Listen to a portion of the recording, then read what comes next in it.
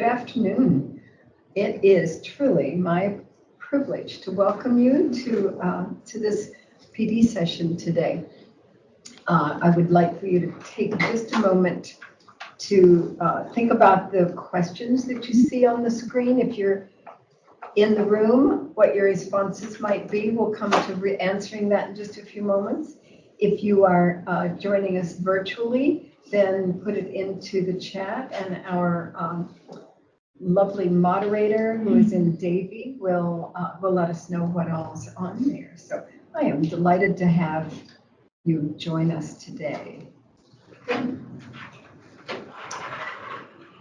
Our session today is not listening to me. Okay, thank you. All right. As you may be able to tell if you're watching online, we are in a different facility than we typically do our PD sessions. And we did this with intent so that the people who join us live and in person can be active, vital participants. And so we are delighted to have you join us today. Our topic today is hearing the student voice, and we are thrilled to be able to share that with you. Top 10 ways my online courses support my learning. So we'll get into those ways in a moment. This picture was taken after our student spotlight, and all those smiles have to do with the fact that they had finished. They were glad that that particular piece of it was done. So for those of you who are online, those of you who are in the room, what might, and I'll introduce the students in just a moment. I wanted to get some feedback from you on how might we, what are some of the things we might do to get the student perspective in our courses? Any comments either online or in the room? Create an online discussion. An online discussion to get the student perspective. Absolutely, certainly. Now that would be definitely would be a good one. Anything else? Any other ideas on how we would get the student perspective? I think we could use something like Flipgrid maybe to ask, just ask a very specific question and ask our students to respond. Yep. Okay.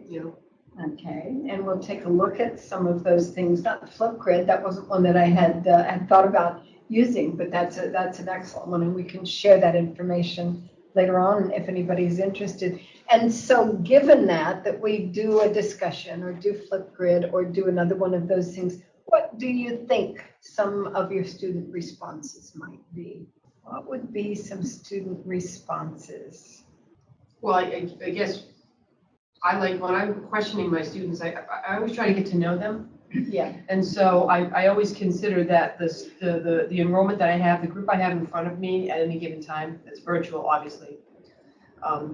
They are the people I'm serving. Mm-hmm. So they have, as individuals, they have their own backgrounds and wants and needs, learning styles, and so on. And then they make up the class, right? So they, as a class, then they have that community want and need and learning style. Right. So I ask very specific questions, and I would hope that the responses are, honest and transparent. Yeah. But I also try to not set anyone up either. Because, yes, and that's an interesting perspective on it, because I do try to ask at the beginning of the semester, what can I do to make this a successful experience for you, and have them write it down, and then toward the end of the semester, pull those things back up and say, okay, check, whoops, I missed out on that one, just to see how close we're coming to what their expectations were from the course.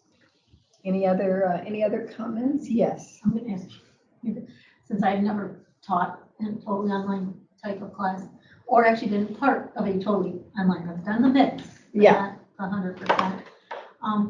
Do the students ever ask if everybody's going to see these responses? Mm-hmm. Like, is it everybody's going to review what I'm going to answer? Like you did in your discussion? I'm just asking. We have someone who's saying yes over there. Yeah. Because I don't find that a little nervous. That's all. Yeah. They've never asked me because I post that I don't Okay, share. okay. You know, and when it's something that's more community-based, I make sure that I say that as well, so they can see something like Flipgrid. They would all see the responses. So, I was just but, curious. yeah, but I would imagine, right? Yeah, it's. All right, so let's move on through so that we can get some student perspective on it. Before we do that, because we always want to think about our objectives for what we're trying to accomplish, is that throughout this today, we are going to take a look at some of the components of student success from the student perspective. And this next one is not necessarily from the student perspective, but from our perspective as course developers, because as we were talking with the students and getting some ideas about what sort of things they felt were important to include, what was coming into my mind is the fact that many of the things they responded to have to do with the Quality Matters standards. Quality Matters is an organization that has been doing research for 12 or 13 years on components of a course that provide students with success, and have written up a set of standards which allow us to build a course and build some of those components into it. And so as the students were sharing with us, I realized that many of the things that they were saying had to do with things that were actually a part of the course because of the Quality Matters standards. So as we go through and our students get the chance to talk, I will identify what some of those standards might be and how they are related. And so we're going to take a look at the elements of a course that support student success. And here is, this is our comment about the WebEx events. And what we are doing this through is WebEx, as you know, and through the format in WebEx that is events. There's multiple formats that you can use within your courses, but this one we use as events so that people can sign in. And so we have a moderator who is host. We have one here in the room, which is Daniel, but we also have Stephanie as moderator in Davie. And one of the beauties of being able to do things like this is that we can do it remotely. We have offices in Boca, offices in Davie, and offices in Jupiter. And all of those we are able to connect through events like this. And so, Stephanie, did you want to speak up and say anything about the moderator role? Okay. So, as the moderator, she is the one who will, for those who are joining us online, if you wish to open your mic and speak, let her know, and either she or Daniel will open your mic up so that you can join us. The presenters, who in this case is more than just me, I promise you, can speak freely and share the screen. Now we're sharing the screen through our instructor station back there for today, but and we will be speaking up and sharing. So as participants, you can send a message to Stephanie, our moderator. So let me share with you who we have joining us. Okay, are you operating or am I, Daniel? Okay, that's okay, that's all right. And what I wanted to show you, obviously, our panel is not quite that large, but what I wanted to show you is the group of people that came together to share these ideas that we're going to be talking about today, and then let the ones who are joining us in the room introduce themselves and let you know these are student workers who work within the Center for eLearning, and to let them tell you how they who they are and what they do. So Jessica, let's start with you. Sure. Good morning. My name is Jessica. I'm actually a very recent graduate of the Master's Program of Instructional Design, Instructional Technology. and I serve as e-learning support here at the Center for eLearning. Excellent, thank you. I'm Dimitri Simpson, and currently I'm And so Dimitri, you might want to speak up just a little bit. The mics are pretty good, but we want to make sure they can hear us. I'm Dimitri, and right now I'm in my first year doing my MIS major. All right, and MIS? Management Information Systems. Excellent, all right, so you're on quite a track there. My name is Ashley Walker, and I am a sophomore majoring in Management Information Systems as well. All right, excellent. So we have a lovely group. Stephanie, who, as I have said, is our moderator on the Davie campus today, is also a student. And Stephanie, if you can and want to speak up. She's working on it. Okay, all right. So we can come back to that. But I wanted you to see that there was quite a varied group of students who have added their thoughts, their ideas, and things that they felt were important to share. That one won't work. I need to work with this one. So what we're going to do is a countdown. And as the students as we had the conversation with the students, we came up with quite a few ideas about things that courses provide for them that help support their success. So we're going to do a countdown. So for in spot number 10 were ideas about relevant examples and additional resources. So Daniel, you were going to speak up and share some things about that? Yeah. So one of the resources that helped me in a course that I previously taken was Skype, actually. So what we would have is Skype meetings, and basically it was a math course. So it was kind of like tutoring on the side, but online. And I thought it was very helpful because the instructor would go over many problems and converse with the students and see if they understood it. You know, the students could interact and ask questions. Okay. And all that. So a similar format to how it would work in a face-to-face classroom, and yet it was truly an online class. Yeah, exactly. I think someone else's microphone perhaps may be on. It sounds like it may be Davie. Do you want to accept? Yeah, there's Nicole. That's Do you want to put the end? Or Nicole.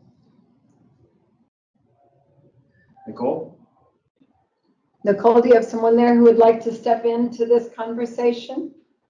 All right, Stephanie, I didn't quite understand. There's nobody present. Hmm? Nobody's there at the time. Okay. All right. And so ideas of examples and other resources that they've offered. Sure. Something came to mind in alignment with the fourth. Yeah. The fourth QM standard about instructional materials, that any like additional resources that help me understand the content or support my completion of the assignments. Anything like relevant YouTube videos, or maybe if the assignment calls for it, if there's an example, maybe past student work that would help guide my completion of the assignment, that's very helpful. There's so much out there on the internet that can be shared from the professor or from the students even. So yeah. Okay. And of course, keeping in mind that we need to make sure that everything that we provide in our courses is copyright compliant. Right. But yes, nearly any time we can link out to those kind of resources provides some additional support. Anything else, either one of you? I wanted to touch on the hybrid courses. On what? Hybrid courses. Hybrid courses, okay. Because right now I'm taking one, and speak up, please. Yeah, I'm taking one, and I feel that it gives like the students more time to they could do it on their own time. Okay. And it's also live and online. Yeah, so a hybrid is the combination of online and some face-to-face, and the percentages of that depends on how the course is set up, but it provides the opportunity off of not face-to-face, but in the online part to be able to complete some of the expectations. Okay, and anything else? Anything you want to add? All right. Anybody else want to add anything on that? So relevant examples and additional resources are things that benefit the students within a course. I'd like to just throw one thing out. We're looking at examples, and Daniel, you actually reminded me of this. A very specific targeted example with an annotation. Yeah. So you'd have your math example, and then on the side or somewhere within the document, you'd have the explanation going back, so that it's not just the example, but so the student sees, oh, so this piece is important because of this. Right.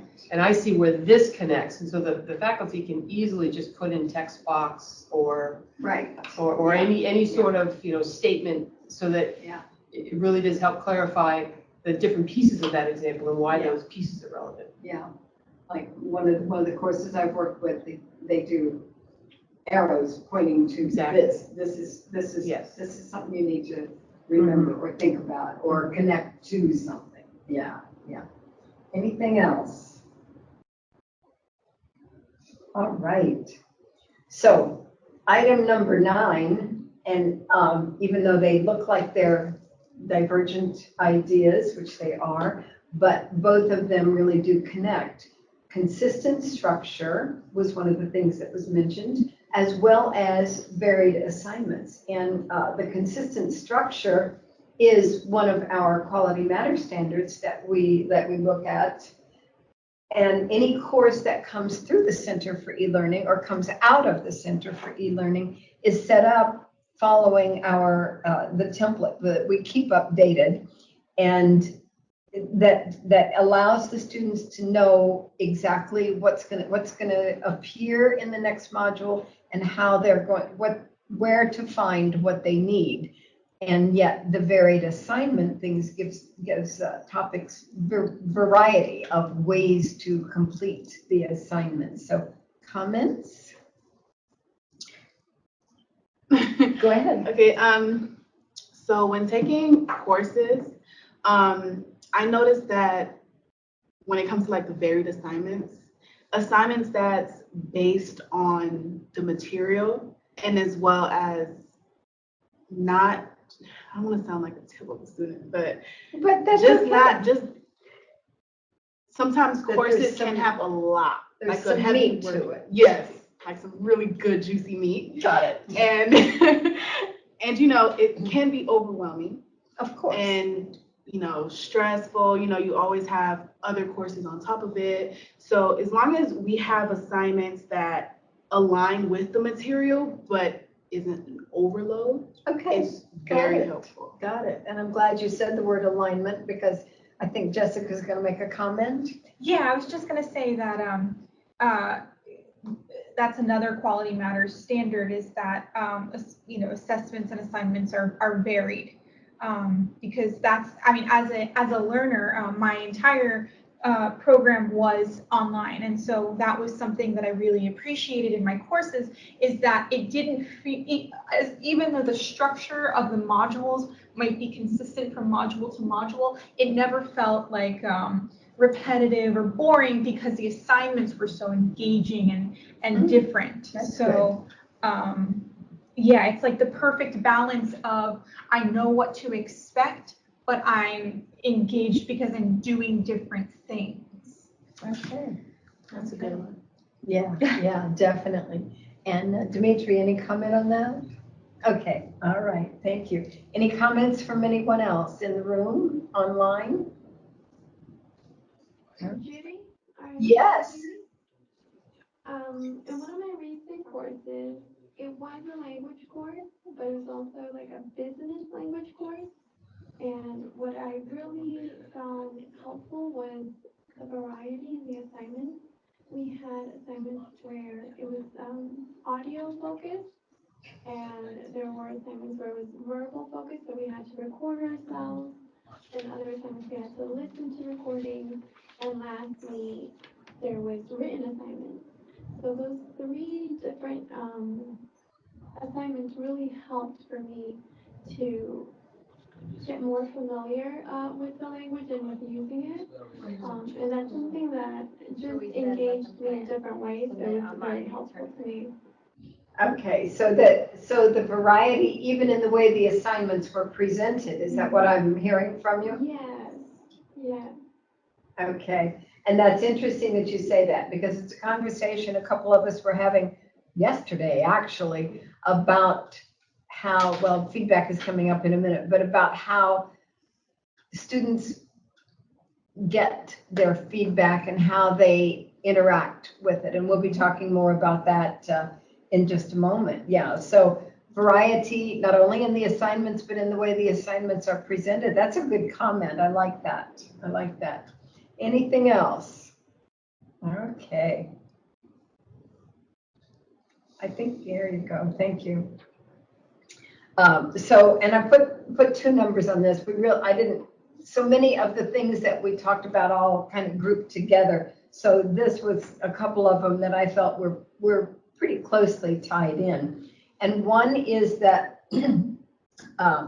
student opinion was incorporated in the format of the course, in how the course was laid out, which is really an interesting concept.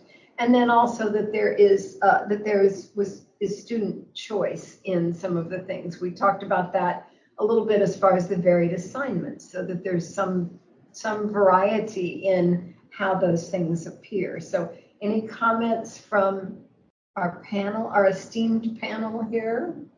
Yes, I would like to start off by saying, everybody's opinion is, Sure, it counts. yeah. So when taking a course, I know that students like to feel included. Sure. We don't only like to feel as if we're given work and then we just have to do it and then that's it. What else can I say? You can think about it if you want to. Okay. Okay, but I don't know how to say it. Okay, that's all right. We'll let Jessica talk and then maybe that'll Yes. remind you.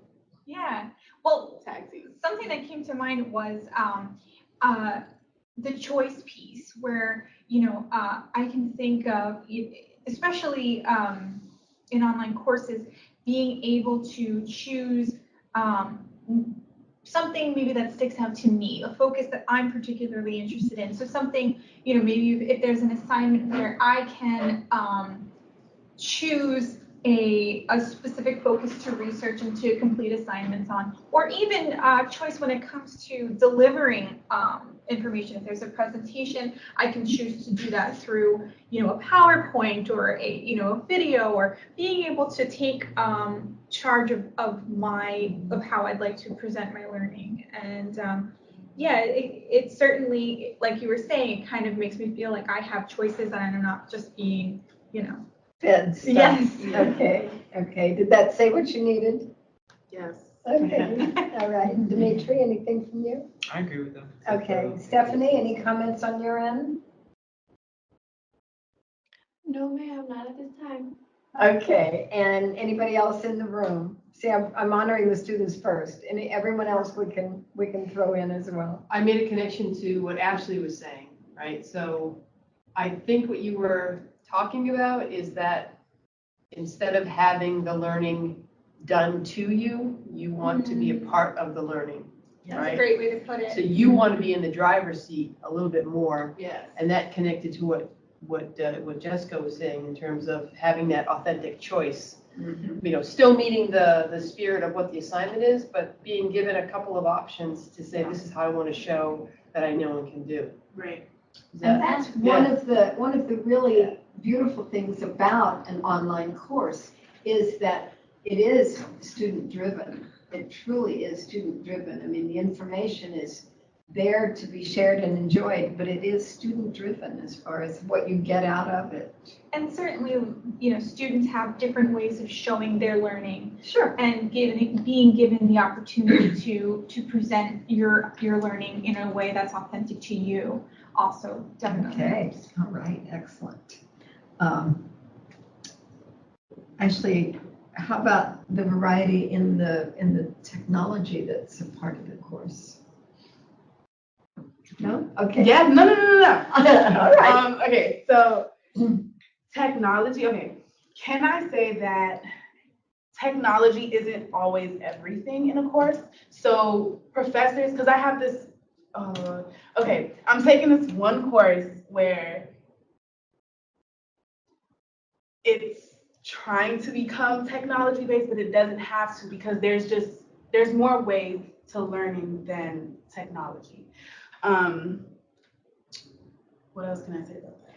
Well, go ahead. No, I was just gonna say, She's a great speaker. no, I think what I'm hearing, like, if we're gonna use technology tools, have them be meaningful, as opposed to, like, if it's, the tools that we should be using are aid in our learning and enhance our learning, as opposed to just being used for the novelty of it. Yeah, just because.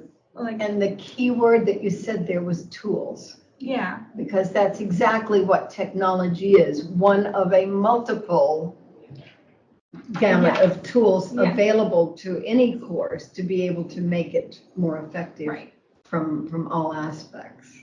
All right. Anything else? Anybody else in the room want to add? Okay. So that was items 8 and 7. Let's see where we're going with 6. I think you're running this, Daniel. Thank you. And this is one that came up, and I found it interesting. There were a couple of things that came up in the conversation that I, from an instructor perspective, was a little bit surprised about. And this is one that really pleased me that came up, that our students want courses that are going to be relevant to them. Now, certainly, they're going to be selecting courses from the list of options for their program, and that is a given. But within a course, what are some ways that the things that happen within the course could be career relevant? Any thoughts? Yes. Any assignments that kind of connect us to the real world, as far as the opportunity to maybe, even if it's just like mocking something that we would do in the career.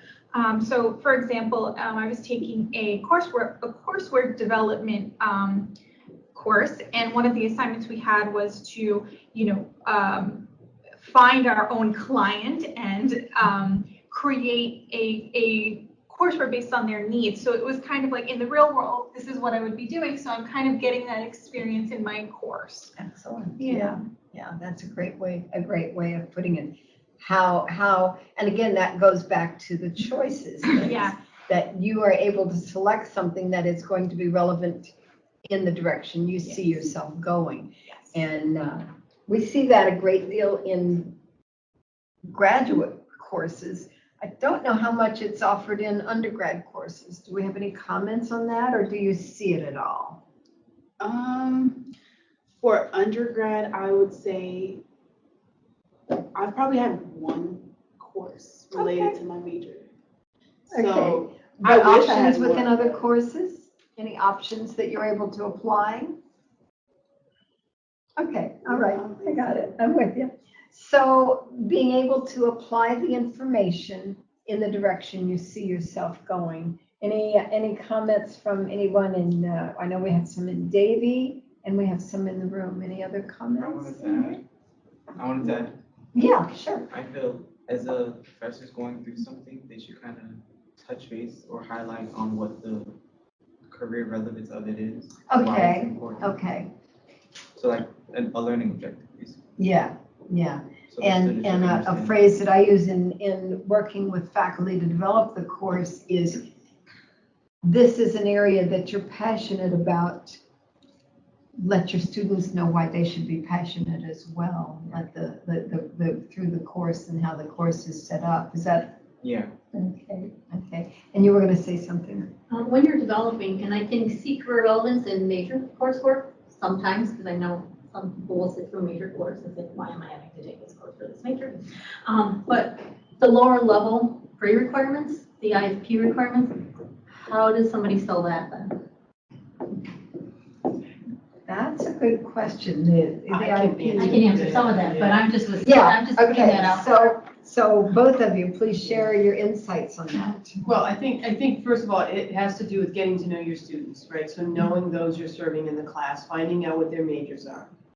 And then if you're really not clear about how you can connect that, then ask a little bit more, deeply, just so that you can help the student see the relevance. And sometimes it's a matter of, we're trying to, hone in on our writing skills, and we're trying to learn how to be, a more effective communicator or something like that, because you are going to be out in the workforce and so on and so on. Definitely. And sometimes it's a matter of just turning it around, I think, and asking the students, how do you see this fitting into into your major? Where do you think it fits in? I have one example actually from one of my courses that I'm currently taking. Well, it's not an online course. There is an online course of that same class. Yeah. But basically, it's a programming course, and what they do is they find real-world examples of like interview questions or stuff that we might have to go through in the future, and then they apply that through the course. Absolutely. And in many courses, there are also case studies that provide that real-world setting in one way or another. Okay, super. Good for us. Yay. So our item number 5 had to do with feedback, and that probably doesn't surprise anybody.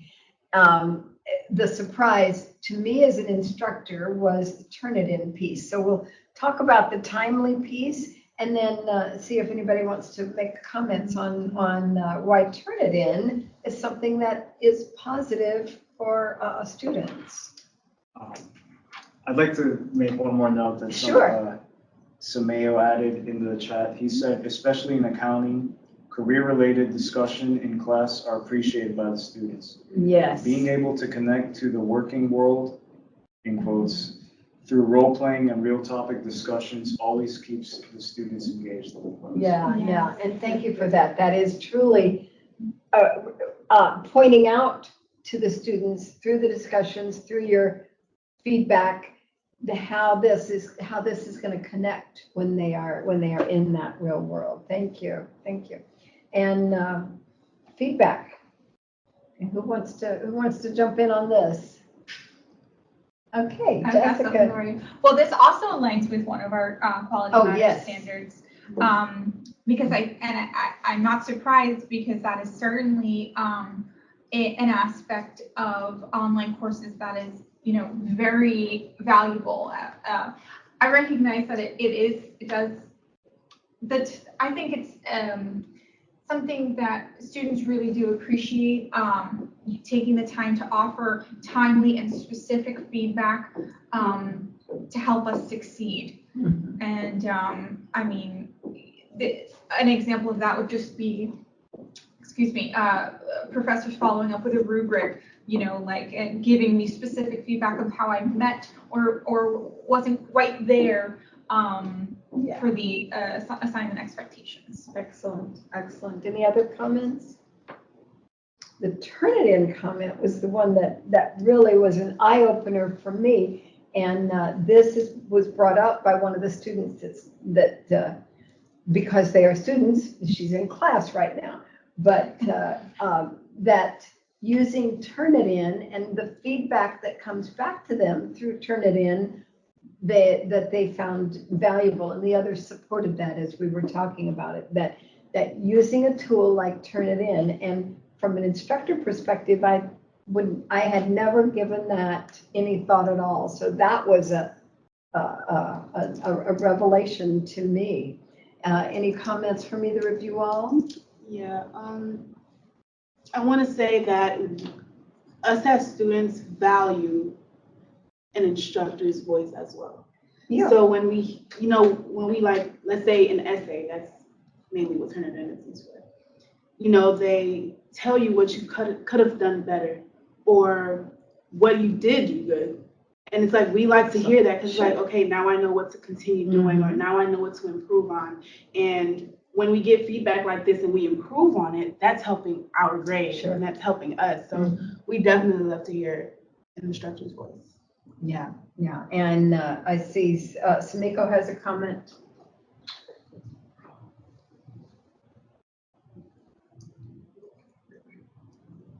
I just saw it come through.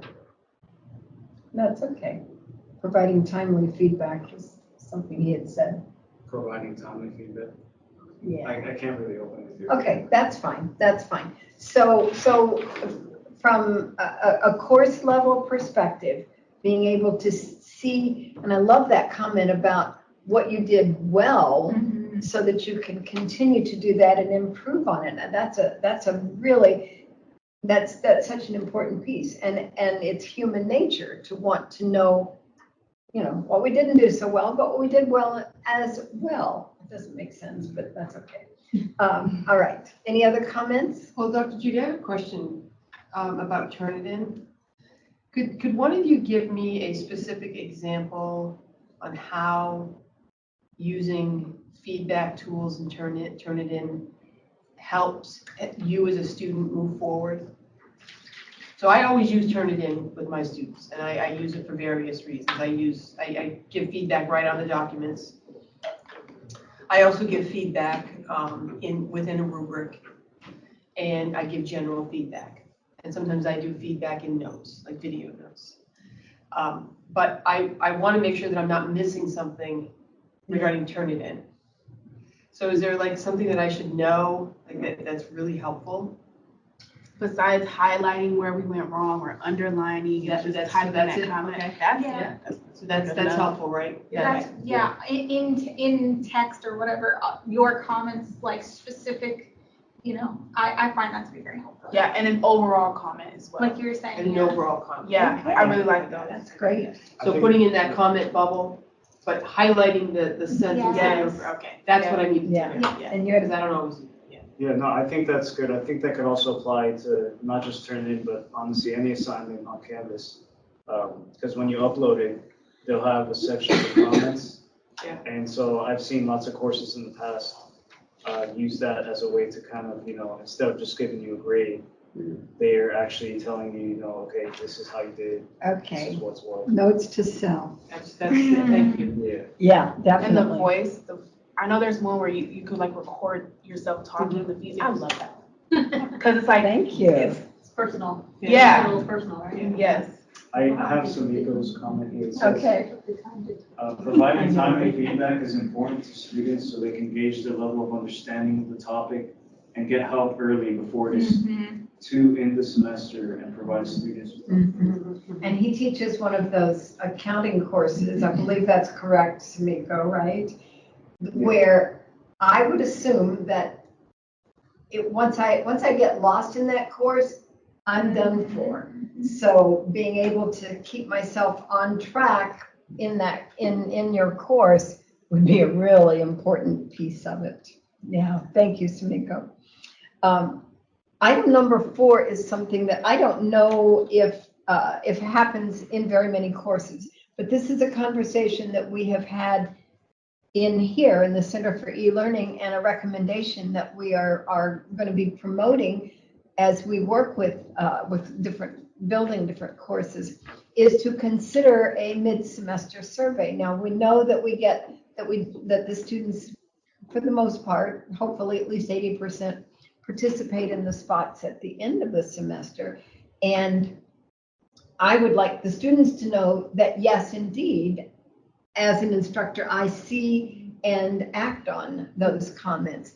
But it may well be that mid-semester, somewhere before the end, would be a good time to take a look at some of the expectations and see what the students want, and let them know that, yeah, I can make some adjustments in here.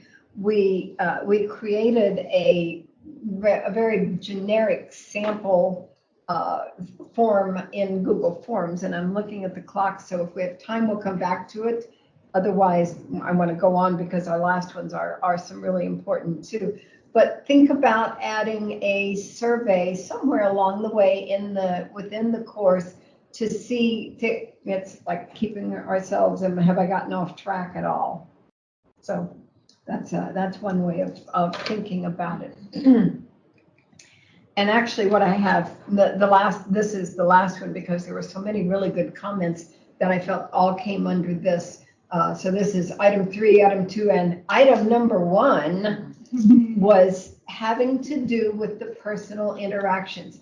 Yeah, we're talking about an online course, but it's that personal connection within that course of the students with the course content, with the instructor, and with each other that truly causes that engagement. And we've talked about the research on engagement a couple of times before, knowing that there is, a real person at the other end of the computer, and the varying ways that students receive their communication within the course, and we talked about this earlier, synchronous class time, where we can get together and have a conversation about this particular topic. And when I do one of those, I have set the topic up ahead of time and have certain questions that I've asked them to watch, in one case a TED Talk video, and think about these aspects of it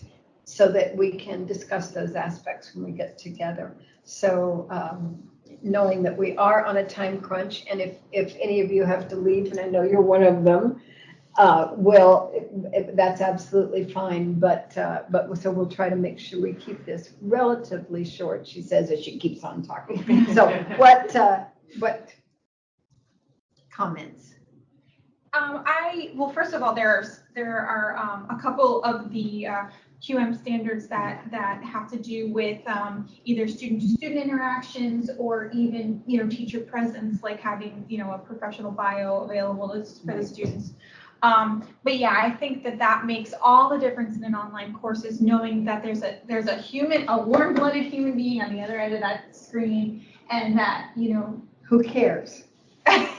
But I mean, it does. It makes a difference. No, I mean a warm-blooded person who does care. I don't mean who cares. No, didn't mean it that way. A warm-blooded, what did you say, person on the other end who does care about what you're doing. Absolutely, and I just think it makes all the difference in feeling like we're in this together, and because you may be alone, but you're not alone. Excellent, thank you. Any other comments? I wanted to add, in the middle of the semester, for any students who happen to drop, they should be able to. Yeah, and that's an interesting perspective, and I'm not sure if we as a group or students as a group can have a say in that, but that is an interesting perspective, that being able to get feedback from people who are not still there at the end of the semester. There has to be a reason why they withdrew. Yeah. So it would be good if you could share. Yeah, that would be interesting to know. So that would be something that one could do, and in that midway surveys, to find out. Obviously something wasn't working. What was it? Yeah. Any other comments in the room? Ben? All right. So I have to say, I'm just impressed here. I'm impressed with you folks. Yeah, we have an impressive group. Yeah. Definitely do. So before we completely close down, let me share with you what we have coming up. For those of you who are still available online, we are starting our spring version of the e-certification workshop starting next week. And I'll be sending information out to everyone about joining us with that. We would love to have a nice size group on that one. And next Monday, instead of this PD time, we'll be doing the orientation for the certification workshop. And then the following week is an assessment piece, assessment of and for learning, how to take care of student success. So any comments? Anybody else want to make any closing remarks. Judy, can you hear me? Yes, I sure can, thank you. Okay, so we do have a question from Melissa Lee. She Okay. inquires if you use a Google form instead of a Canvas-based survey. Good question. I was just gonna say, that was there's so many tools that you can use to create, anonymous surveys to send out to students to get their feedback, whether that's, in the middle of the semester as like a little check-in or however. Yeah, you can certainly use a Google Doc. I think that's a great tool. And the answer to your question, Stephanie and Melissa, is I flat out didn't think about that because I tend to use a Google form to get information from the students, but any feedback type of form that will work for something like the mid-semester survey, I think we want to keep it as anonymous as possible, unless the student actually wants to say, okay, I am Judy and I want you to know this. And they're typically not that outspoken during the semester. So so that is the only answer to that.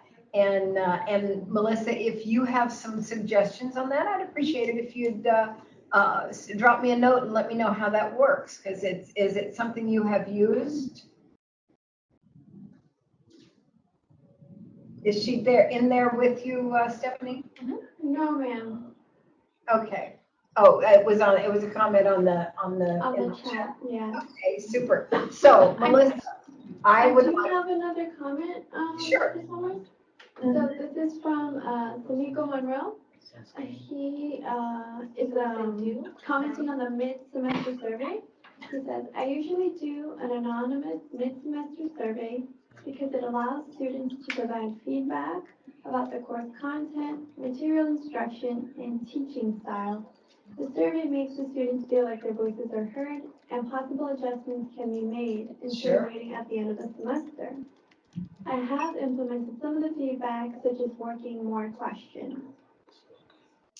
Excellent. Yeah. And reasons why we've had the conversations about doing a mid-semester survey. And so I would love to see examples of that. So if you can send me, I'll send a note out later on this afternoon. So if you can send me any examples of that sort of thing that you have used, it would be wonderful. And I will share that with everyone else who's been joining us. So thank you. Thank you, Stephanie, for that. Thank you online for joining and for hanging with us a few minutes longer. And thank you for joining us in here. I'm hoping that we can do that this way more and more. And here's the stars for today is these three, but also the other, 5, 6, 7 that contributed to it. And Daniel. And Daniel, yeah, and Stephanie. All are the superstars for today. So thank you. And thank you for joining us.